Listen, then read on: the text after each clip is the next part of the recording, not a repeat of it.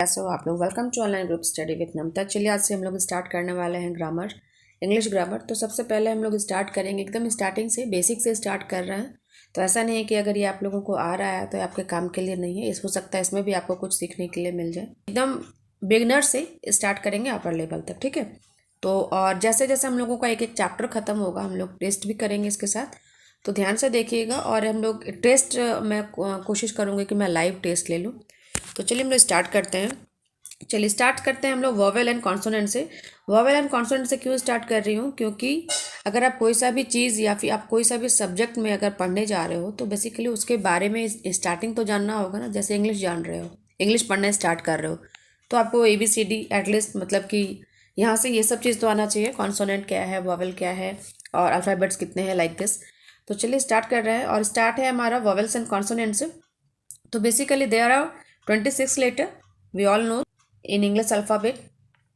और उसमें से 21 हमारा कॉन्सोनेंट्स होता है और 5 जो है वो वॉवेल्स होते हैं। 5 वॉवेल्स कौन से हो गए? A E I O U, ठीक है। तो इतना दूर तो हम लोगों को पता है, लेकिन क्या आपको पता है कि we can't form any word, okay, we can't form any word without vowel sound. हम लोग कोई सा भी वर्ड जो है वो नहीं फॉर्म कर सकते हैं बिना वॉवेल के या फिर बिना वॉवेल के साउंड के। सेम वैसे ही जैसे कि ये क जो हम लोग हिंदी में लिखते हैं, तो ये इसका क्या हो जाता है? ऐसे तो हम लोग ये क लिख दिए, लेकिन ये क किसका किसका मिक्सचर है? क हलन प्लस अ, दैट मीन्स ये हमारा तब का होता है। तो ये अ क्या हो गया? ये अ जो है वो एक स्वर वर्ण है ना। एकदम एग्जैक्टली सेम इसी तरह से हमारे पास कोई सा भी कॉन्सोनेंट सिर्फ अलग से अपने से कोई भी फॉर्म जो है कोई भी वर्ड जो है वो फॉर्म नहीं कर सकते हैं। अब यहाँ पे इसके नीचे देख लेते हैं, जैसे कि ये हमारा है, ठीक है, ये हमारा है BT। तो क्या ये BT एक कॉन्सोनेंट जो है, तो इसको हम लोग कोई भी वर्ड यहाँ पे इससे ये अभी कुछ साउंड कर रहा है, अब हम लोग BT को क्या पढ़ेंगे? अलग से B अलग से T, BT तो नहीं पढ़ेंगे ना। तो लेकिन इसी में अगर हम लोग नीचे बीच में इसको लगा दिए U, तो ये हो गया हमारा बट, और लास्ट बीच में इसको हम लोग लगा दिए A, तो ये हमारा हो गया बैट। दैट मीन्स कि ये U और A हमारे पास ववेल है। तो यहाँ पे ववेल के आ जाने से ये एक वर्ड फॉर्म हो गया जो एक मीनिंग दे रहा है। ये बैट एक वर्ड हो गया जो हमारा एक मीनिंगफुल वर्ड है, ठीक है। तो यहाँ पे क्या हो गया कि A लग गया या फिर U लग गया। क्या लग गया? A और U क्या हुआ? ववेल, ठीक है। इतना दूर तक क्लियर हो गया बात। अब हम लोग देख, अभी मैंने बोला कि हम लोग कोई भी वर्ड फॉर्म नहीं कर सकते हैं बिना वॉवेल के। तो बहुत सारे वर्ड्स ऐसे होंगे, आपके भी दिमाग में होंगे, मैं भी कुछ जान रही हूँ। तो प्लीज़ कमेंट करना कि बिना वॉवेल के या फिर बिना वॉवेल के साउंड के कौन से वर्ड क्रिएट हो सकते हैं, बन सकते हैं, फॉर्म हो सकते हैं। प्लीज़ कमेंट कीजिएगा। अब जैसे कि यहाँ पे W और Y ये दो एक्सेप्शनल हैं, और ये W और Y एक्सेप्शनल क्यों है? क्योंकि ये हमारा सेमी वॉवेल कहलाता है। क्यों कहलाता है अभी हम लोग जानते हैं। चलिए अब W को यहाँ पे आप लोग देखोगे एक बार, W with a consonant sound. W जब कॉन्सोनेंट के साथ मिलकर साउंड करता है तो वो क्या हो गया? WHY, वाई, वेयर, वेस्ट, ठीक है। यहाँ तक बात क्लियर हो गई। जैसे कि WHY, यहाँ पे आप देख पा रहे हो कि यहाँ पे कोई सा भी वॉवेल नहीं है, लेकिन ये वाई के कारण जो है, ये वाई जो साउंड दे रहा है इसको, इसके चलते ये इस कारण से ये एक अपना प्रॉपर मीनिंग बता पा रहा है या फिर प्रॉपर इसका एक वर्ड फॉर्म हो पा रहा है, ठीक है। फिर W with a vowel sound आप देखोगे, हाउ, फ्ल्यू, न्यू। W जब किसी वॉवेल के साथ आ रहा है तो वो कैसे करके साउंड कर रहा है। फिर वाई के साथ हम लोग क्या बतलाया अभी हम लोगों ने कि वाई, W और वाई ये दोनों एक सेमी वॉवेल कहलाता है, क्योंकि बहुत बार इसका यूज जो है एज अ वॉवेल या फिर एज अ वॉवेल साउंड के रूप में ये होता है। अब जैसे कि Y with a consonant sound, yes, year, yoga, etcetera, ठीक है। Y with a vowel sound, sky, cry, my. अब यहाँ पे देख पा रहे हो कि यहाँ पे जो है वो स्काई, स्काई में आपके पास कोई भी हमारे पास वॉवेल नहीं है, लेकिन वाई के कारण ये वॉवेल साउंड कर रहा है। दैट्स वाई ये एक वर्ड फॉर्म हो पा रहा है, एक मीनिंगफुल वर्ड बता पा रहा है। क्राई, इसमें भी सेम है। माई, इसमें भी सेम है कि ये कोई पर्टिकुलर यहाँ पे वॉवेल ऐड नहीं है, ठीक है। तो इन दोनों में फ़र्क आप लोगों को पता चला कि क्या फ़र्क है, ठीक है। तो this is why W and Y are sometimes classed at semi vowels, ठीक है। समटाइम्स ये भी याद रखोगे कि समटाइम्स ये सेमी वोवेल के कैटेगरी में आता है जब इसकी ज़रूरत हो, लाइक कि अगर इस तरह का कोई ज़रूरत महसूस हो गया कि यहाँ पे मुझे स्काई लिखना है, तो इस तरह का अगर कुछ आप लोगों को ज़रूरत है तो उस टाइम ये जो वाई है या फिर डब्ल्यू है, बस यही दोनों वर्ड है जो सेमी वोवेल का रूप ले लेते हैं। Got it? इतनी दूर तक में कोई क्लियर नहीं? इतने दूर तक में कोई क्लियर? ठीक है, तो इतने दूर तक में कोई प्रॉब्लम नहीं है। तो ये आप लोगों के लिए हो सकता है कि बहुत लोगों को ये जानकारी नहीं होगी कि डब्ल्यू और वाई जो है वो एक सेमी वोवेल भी कहलाता है। बोलो नेक्स्ट देखते हैं। उसके बेसिक में हम लोगों को इतना जानना था कि वोवेल और कॉन्सोनेंट क्या होता है, और डब्ल्यू और वाई जो एक सेमी वोवेल कैटेगराइज हो जाता है समटाइम्स जब वो उसकी नीड होती है। फिर उसके बाद हम लोग समझते हैं कि कुछ, जैसे कि हम लोगों ने देखा कि कुछ वो अल्फ़ाबेट्स मिलके एक वर्ड बने, बीटी लाइक, और भी कुछ भी वर्ड्स बने। फिर कुछ वर्ड्स मिलके फ्रेज बनते हैं। ठीक है, अब फ्रेज क्या हो गया? सपोज करते हैं in this week at the bus stand. ये आपको क्या प्रॉपर मीनिंग दे रहा है? जैसे कि इसके अगर सपोज कि इन दिस वीक है तो इसके आगे इसके मतलब कि इधर साइड में कुछ आप ना जोड़ो या फिर इसके लास्ट में कुछ ऐड ना करो, तो ये क्या अकेले से ये इन दिस वीक एक प्रॉपर मीनिंग देगा आप लोगों को? बिल्कुल नहीं देगा। तो या फिर एट द बस स्टैंड, अगर इसके लास्ट में लगाओ I will meet you at the bus stand, ये एक हो सकता है। फिर इसके बाद आप कुछ लगा सकते हो, तो उस टाइप से ये प्रॉपर मीनिंग देगा। लेकिन अगर आप सिंपल इसको देखोगे in this week at the bus stand, तो ये क्या है? ये पार्टिकुलर एक क्या बता रहा है आपको? टाइम बता रहा है। ये एट द बस स्टैंड ये एक आपको एग्जैक्ट लोकेशन बता रहा है। ठीक है, तो सो अ फ्रेज, ये इस टाइप के वर्ड्स क्या कहला है? Phrasal words. ठीक है, so a phrase is a group of words that makes some sense but not complete sense. तो फ्रेज क्या हो गया कि फ्रेज जो है वो एक ग्रुप ऑफ वर्ड्स हैं जो कि कुछ सेंस दे सकते हैं लेकिन कंप्लीट सेंस हम लोगों को नहीं दे सकते हैं। ये फ्रेज का हो गया। अब हम लोग सेंटेंस को देखते हैं कि सेंटेंस क्या होता है। सेंटेंस भी वही है, अ group of words that makes complete sense. दोनों में फर्क क्या है? फ्रेज है आपका कुछ सेंस देता है, लेकिन ये सेंटेंस जो है वो कंप्लीट सेंस देता है। जैसे कि अ group of words that makes complete sense is called a sentence. ठीक है, अब यहाँ पे एक और भी बात है, आप लोग देखोगे। अब सपोज करते हैं कि गर्ल इज शी अ, अगर ये आ रहा है तो क्या ये एक सेंस आपको मीनिंगफुल दे रहा है? मतलब कि इसका कुछ कंप्लीट सेंस आपको समझ में आ रहा है? गर्ल इज शी अ नहीं आ रहा है। क्यों? तो समझ लो कि ये भी सेंटेंस का एट्रीब्यूट है, एक प्रॉपर्टी है कि सेंटेंस में जो वर्ड्स होते हैं वो एक प्रॉपर वे में लगे होते हैं। ठीक है, और अगर girl is she a like that अगर इस तरह से कुछ लिखा है तो that will be known as jumble words, means के अलग अलग वर्ड्स जम्बल्ड किए हुए हैं। ठीक है, लेकिन अब उसी को पर्टिकुलर अगर हम लिखते हैं she is a girl, that means ये हमारा एक कंप्लीट सेंटेंस हुआ। ठीक है, तो यहाँ पे एक बात क्या क्लियर हो गया कि जो सेंटेंस क्या हो गया, जो ग्रुप ऑफ वर्ड्स है एक कंप्लीट सेंस देता है लेकिन एक प्रॉपर वे में लिखा हुआ रहता है। यहाँ तक ये बात क्लियर है। इसके साथ ही आप ये देखो कि कोई सा भी सेंटेंस जब स्टार्ट होता है तो स्टार्ट होने के साथ वो हमेशा कैपिटल लेटर के साथ स्टार्ट होता है। ठीक है, जब आप लोगों को भी कुछ लिखते होगे तो वो कैपिटल लेटर के साथ स्टार्ट करते हो, और लास्ट जब होता है तो उसको हम लोग फुल स्टॉप में एंड करते हैं। ठीक है, ये भी सेंटेंस का एक प्रॉपर्टी है कि जब भी सेंटेंस हम लोग स्टार्ट करते हैं तो starting with a capital letter and end with, तो एक पंक्चुएशन मार्क्स के साथ उसको एंड करते हैं। लेकिन वो पंक्चुएशन मार्क्स कौन सा हो सकता है, आइए हम लोग देखते हैं। तो चलिए अब हम डिफाइन कैसे कर सकते हैं वर्ड को। हम लोग वर्ड को डिफाइन कर सकते हैं, we may define a sentence as a group of words arranged in a particular order. ठीक है, arranged in a particular order so as to make complete sense.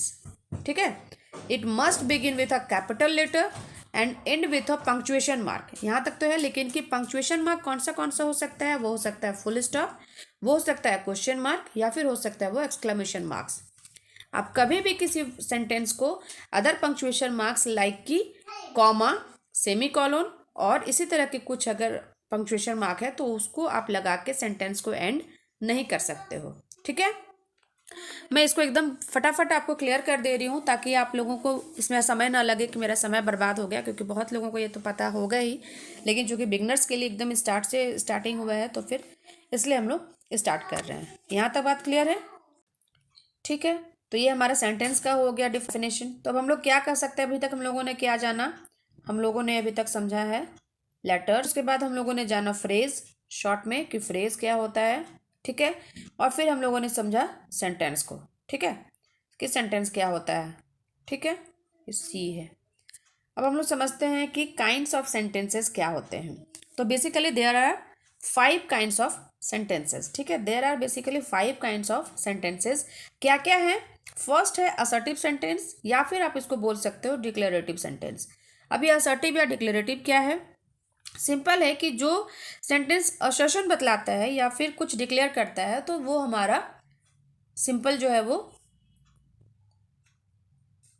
Assertive sentence या फिर डिक्लेरेटिव सेंटेंस कहलाता है। Suppose कि simple है, basically जो भी आप कुछ भी प्रॉपरली बोलते हो, लाइक कि he is a boy, I am going, कुछ भी चीज़ जो असर्शन दे रहा है, जो बतला रहा है कुछ के बारे में, तो वो हमारा असर्टिव सेंटेंस हो गया। Got it. सेकेंड आ जाता है इंट्रोगेटिव सेंटेंसेस। इंट्रोगेटिव सेंटेंसेस में क्या हो गया कि सब यहाँ पे आप लोग जैसे देख पा रहे होगे कि ये इंट्रोगेटिव, आप लोगों को पता होगा कि ये एक क्वेश्चन मार्क हो जाता है। तो यहाँ पे आप क्या बोल सकते हो, एक बात और है, असर्टिव सेंटेंस में क्या हो गया कि कोई सा भी जो सेंटेंस है वो हमेशा फुल स्टॉप के साथ एंड होता है, ठीक है, वो हमेशा एंड होता है फुल स्टॉप के साथ कौन सा, असर्टिव सेंटेंस या फिर डेक्लेरेटिव सेंटेंस, और स्टार्ट तो कैपिटल लेटर के साथ होता है, ये तो आप लोगों को पता है। इंट्रोगेटिव सेंटेंस क्या हो गया, जहाँ पे आप कुछ क्वेश्चन आस्क कर रहे हो, जहाँ पे कुछ आप क्वेश्चन पूछ रहे हो, ठीक है, तो वो हमारा इंट्रोगेटिव हो गया। तो इंट्रोगेशन का मतलब ही होता है टू पुट क्वेश्चंस, ठीक है, क्वेश्चन पूछना, like what is your name, where is your house, where do you live, किसी भी टाइप का चीज, when are you doing this, ठीक है। तो इस टाइप के जो भी क्वेश्चंस जहाँ पे आ गए, जो कुछ इंट्रोगेशन हो गया, जो कुछ आस्किंग हो गया, पूछना हो गया, तो that sentences is known as interrogative sentences. तो वो भी हमारा होता है कैपिटल लेटर के साथ शुरू होता है, लेकिन हमेशा ये क्वेश्चन मार्क के साथ एंड होता है। कौन सा? इंट्रोगेटिव सेंटेंसेस, ठीक है, यहाँ तक क्लियर है। थर्ड में हम लोग देखते हैं इम्पेरेटिव सेंटेंस। अब इम्पेरेटिव सेंटेंस क्या होता है? इम्पेरेटिव मतलब कि अर्जेंट और एसेंशियल कॉलिंग। इम्पेरेटिव मीन्स क्या हो गया? अर्जेंट और essential calling for immediate action, like कि शट अप बोलते हो ना, या फिर गेट आउट, या फिर आप इसको बोल सकते हो कि मतलब कुछ कमांड देना, it is expressive of a command, advice और रिक्वेस्ट, और व्हाट इज ऑब्लिगेटरी। तो इस टाइप के जो भी सेंटेंस होंगे वो हमारे इम्पेरेटिव सेंटेंसेस कहलाएंगे।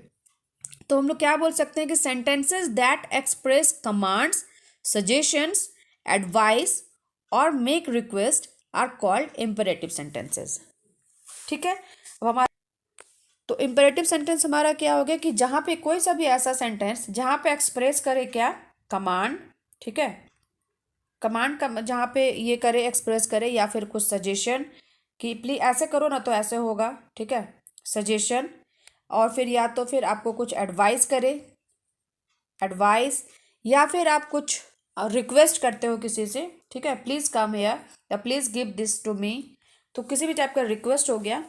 तो इस टाइप का जो भी एक्सप्रेशन जिस भी सेंटेंस में एक्सप्रेस हो, तो वो हमारा इम्पेरेटिव सेंटेंस कहलाता है। इम्पेरेटिव मीन्स अर्जेंट और एसेंशियल कॉलिंग, या फिर यहाँ पे आप कमांड, सजेशन या एडवाइस में भी इसको समझ सकते हो, ठीक है।